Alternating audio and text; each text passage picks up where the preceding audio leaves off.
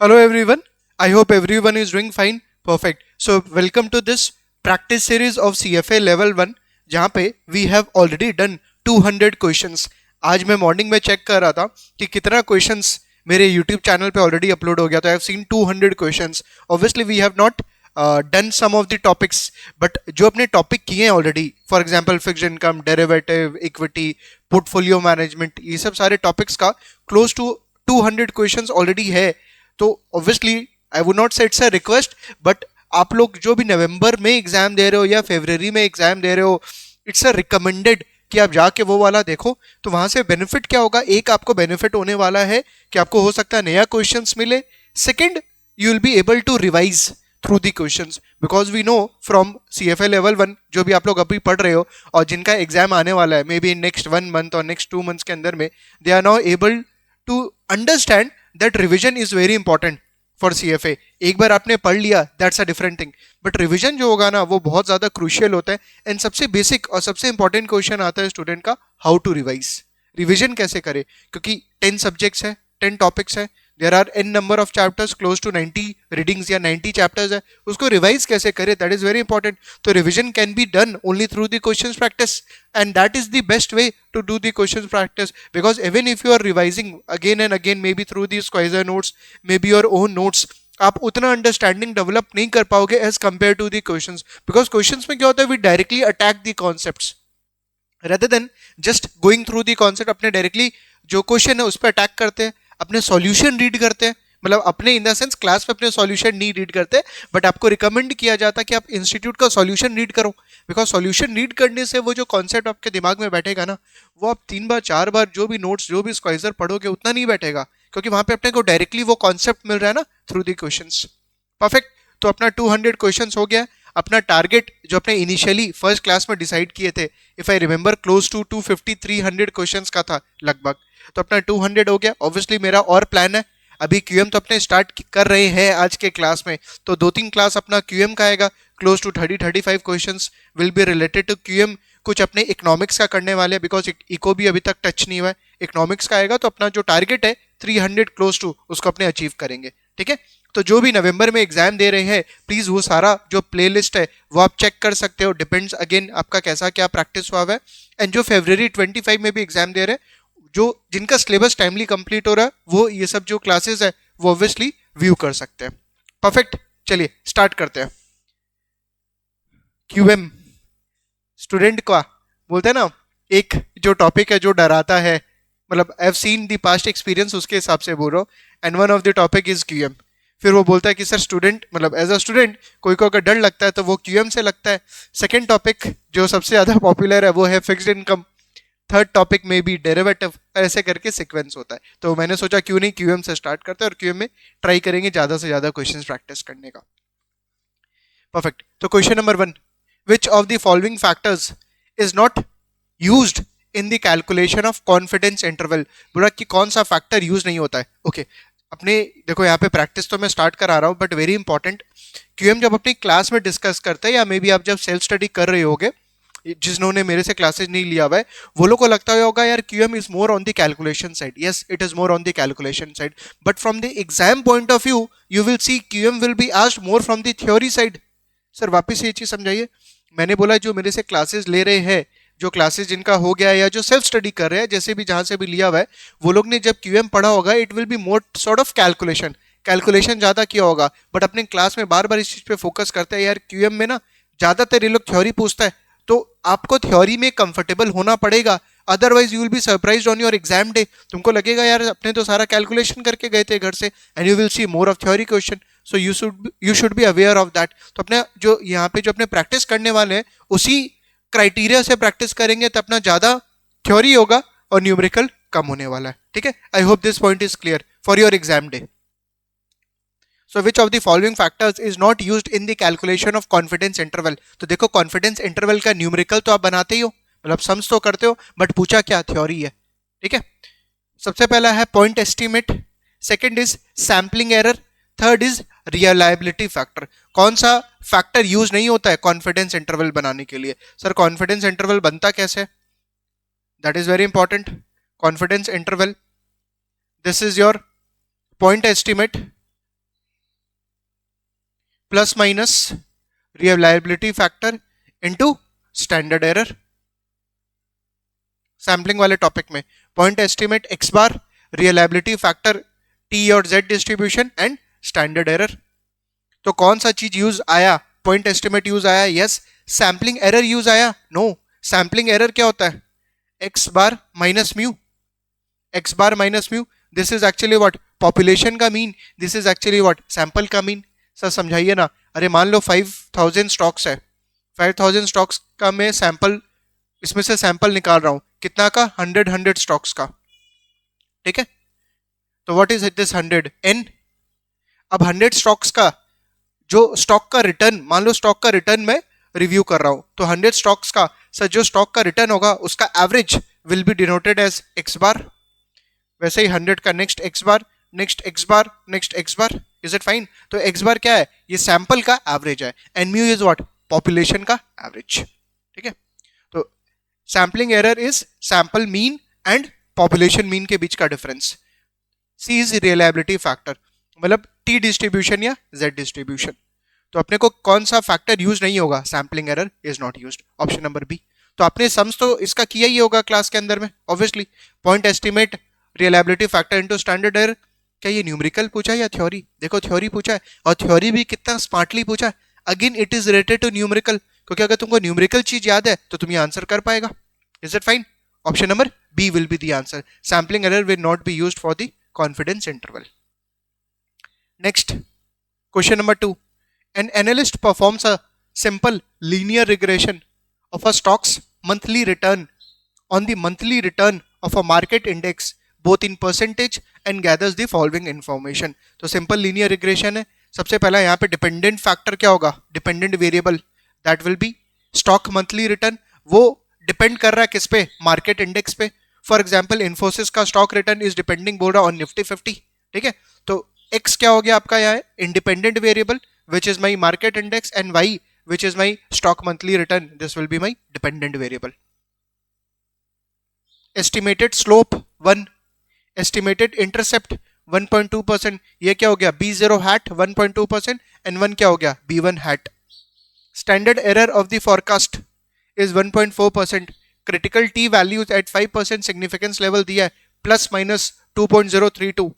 The 95% prediction interval for the stock monthly return, given that the forecasted monthly return on the index is 3.5%. Okay, आपको x hat दिया, forecasted monthly return on the index दिया 3.5%, 95% prediction interval बनाना है। okay, confidence interval बनाना है। चलो करते हैं, कैसे बनेगा? सबसे पहला y hat कैलकुलेट कर लो, which is b0 hat plus b1 hat into x. b0 hat कितना दिया हुआ है सब में? 1.2 प्लस b1 हैट दिया हुआ है स्लोप 1 इंटू एक्स क्या है यहाँ पे? ये रहा monthly return on the index forecasted 3.5। तो y हैट कितना हो गया? 3.5 प्लस 1.2 4.7%। अब मेरे को कॉन्फिडेंस इंटरवल बनाना है, तो y hat plus minus t into standard error of forecast, ठीक है। तो y हैट है 4.7% प्लस माइनस t वैल्यूज दिया 2.032 into standard error of the forecast is 1.4। तो बताओ प्लीज, एक बार प्लस करके बताओ और एक बार माइनस। तो 2.032 इंटू 1.4 STO1 प्लस 4.7, तो अपर लिमिट हो गया 7.54, लोअर लिमिट हो जाएगा 1.86। तो 1.86 is your lower limit and 7.54 is upper limit, ठीक है। 0.7, 6.3, 1.9, 7.5। ऑप्शन नंबर बी क्लोजेस्ट है, ऑप्शन नंबर सी काफी दूर है। Option number B is correct, option number B is correct. Is it fine? Comfortable? Next, question number 3. An investor purchases a stock for $100. Immediately after receiving a dividend of $7, the investor sells the stock for $107. The holding period return of the investment is closest to. Very easy. वैसे तो formula नहीं चाहिए मेरे को holding period का, but still revision, अपना objective revision भी है। तो होल्डिंग पीरियड रिटर्न क्या होगा कि सर आपने कितना में खरीदा, कितना में आपने बेचा, आपने कितना डिविडेंड रिसीव किया, एब्सोल्यूट टर्म में this will be your return divided by कितना में आपने खरीदा इनटू 100 परसेंटेज में कन्वर्ट करने के लिए। Is it fine, comfortable? चलो यहां देखते हैं, हमने खरीदा 100 पे, वी सोल्ड एट 107, तो 7 का कैपिटल गेन, $7 का कैपिटल गेन प्लस डिविडेंड मिला 7, तो 7 प्लस 7 कितना 14, तो 14 एब्सोल्यूट सेंस में, बट आपने लगाया कितना था 100, तो एज अ परसेंटेज टर्म में 14%। Comfortable? 0 7 14, option number C is correct. कोई अगर फॉर्मूला में कंफर्टेबल है, जो कि नहीं होना चाहिए, तो 107 माइनस 100 प्लस 7 डिवाइडेड बाई 100, देख लो इसे भी 14% ही आएगा। ठीक है, ये वाला हो गया मेरा कैपिटल गेन, ये हो गया मेरा dividend, option number C. Next question number 4, for a sample of 50 observation, sample of 50 observation, तो यहाँ पे सैंपल साइज है स्मॉल या लार्ज? लार्ज सैंपल साइज कब होता है? जब n इज 30 और ग्रेटर देन 30, तो यहाँ पे तो सैंपल साइज बड़ा है।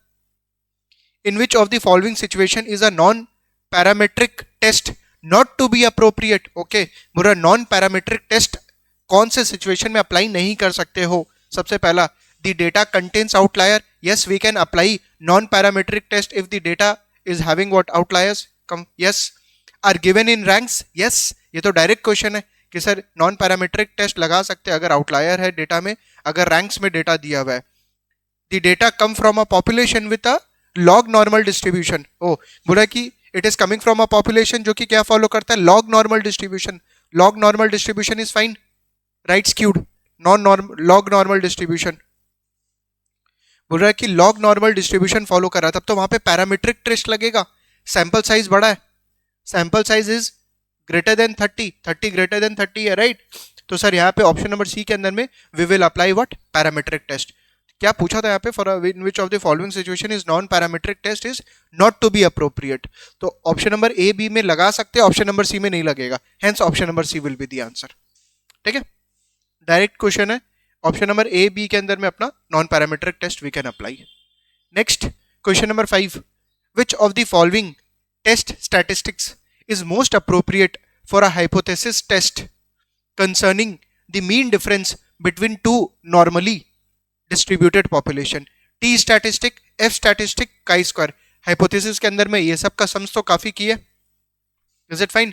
बट यहाँ पे थ्योरी पूछा आपसे, तो देखो कितना मतलब परफेक्ट क्वेश्चन है थ्योरी के लिए।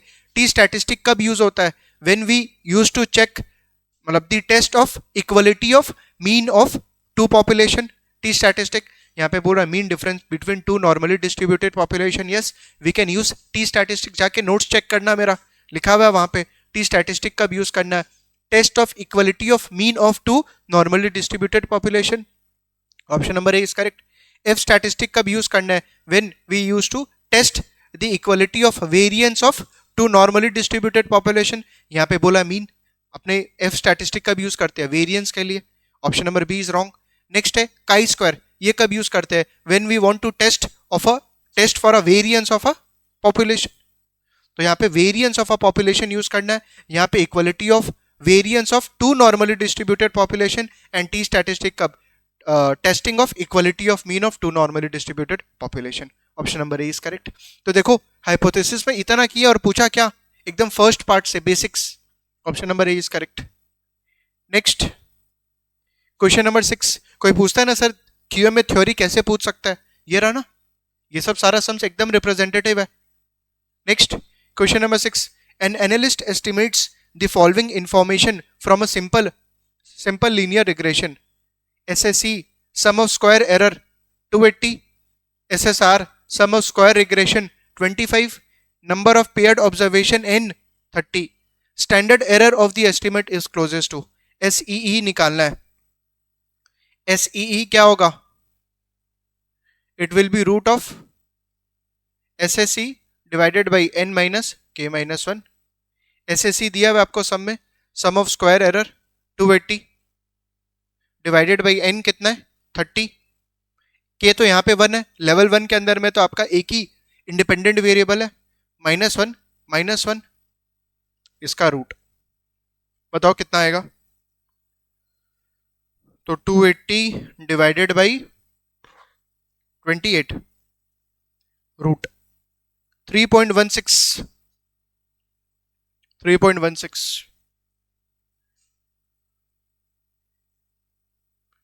The standard error of the estimate 2.5 3.2 10 option number B is correct. देखो ऑप्शन नंबर सी भी दिया है 10 और 10 अपना आया भी था। कैसे?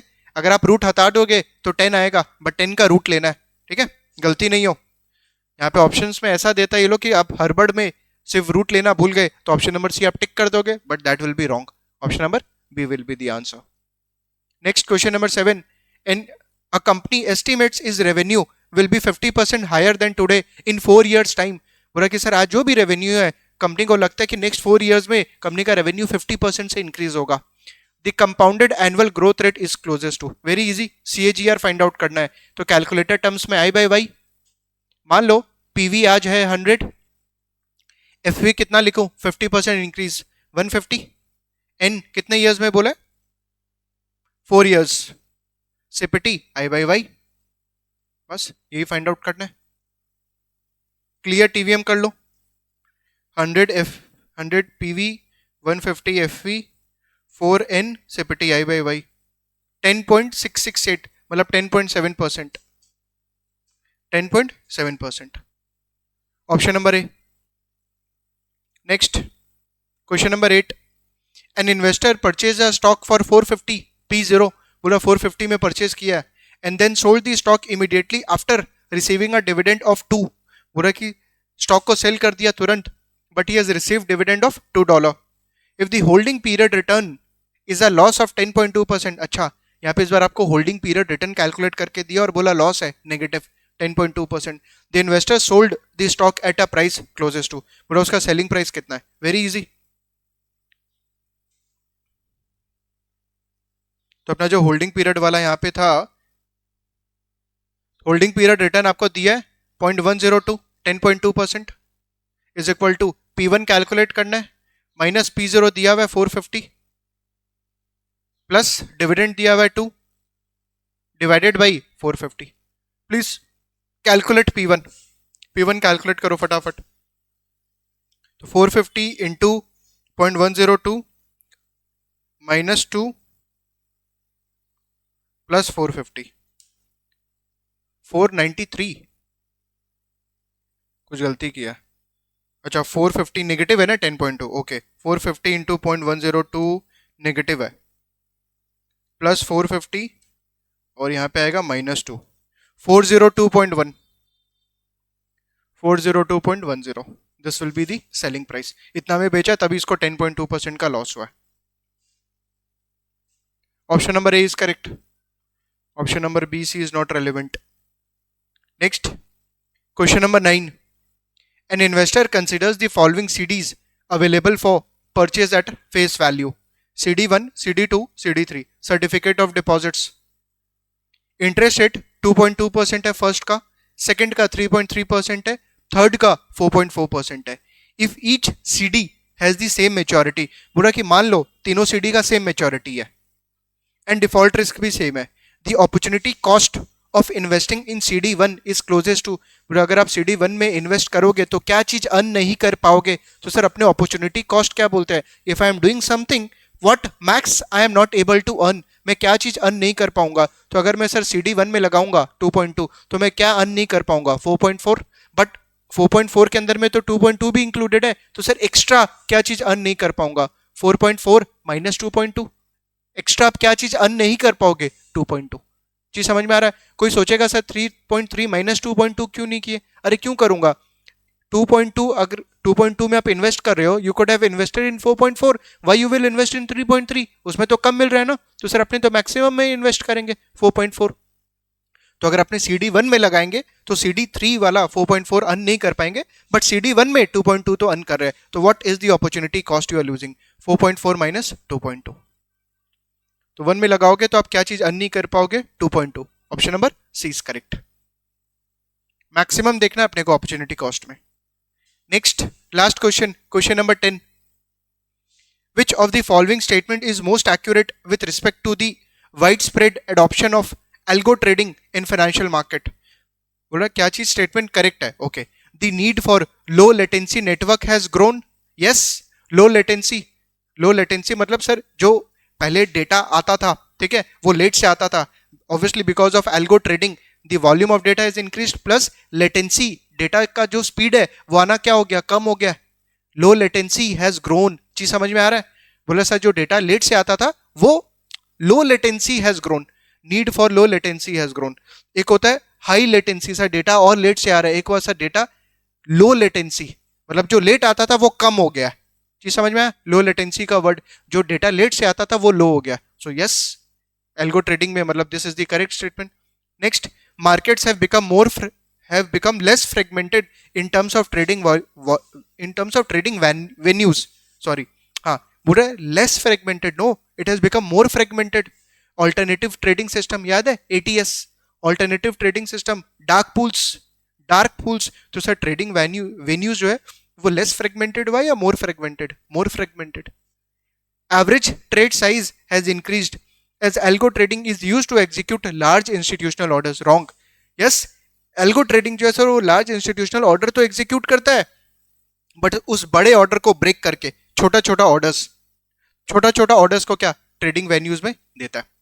तो यहाँ पे बोला average trade size has increased. Wrong, it has decreased, trade size कम हो गया है। एल्गो ट्रेडिंग बड़ा ऑर्डर को ब्रेक करता है, राइट? तो option number A is correct, option number B and C is wrong. Perfect. चलिए, तो अपना 10 क्वेश्चंस का ये जो क्यूएम का ऑब्जेक्टिव था आज अचीव हुआ। नेक्स्ट क्लास के अंदर में अपने नेक्स्ट 10 सेट ऑफ क्वेश्चंस देखेंगे, बट उसके पहले ऑब्वियसली आपको ये रिवाइज करना है। एंड आई होप आपको आइडिया आ भी गया होगा कि एग्जाम में अगर ये लोग थ्योरी पूछता है तो मतलब कैसा टाइप का पूछ सकता है। जो आपने क्वेश्चंस किया है मतलब न्यूमेरिकल किया है उससे रिलेटेड भी हो सकता है, और there can be direct theory questions also, जैसे लास्ट वाला था। परफेक्ट। चलो नेक्स्ट क्लास में मिलते हैं। Bye bye, take care guys.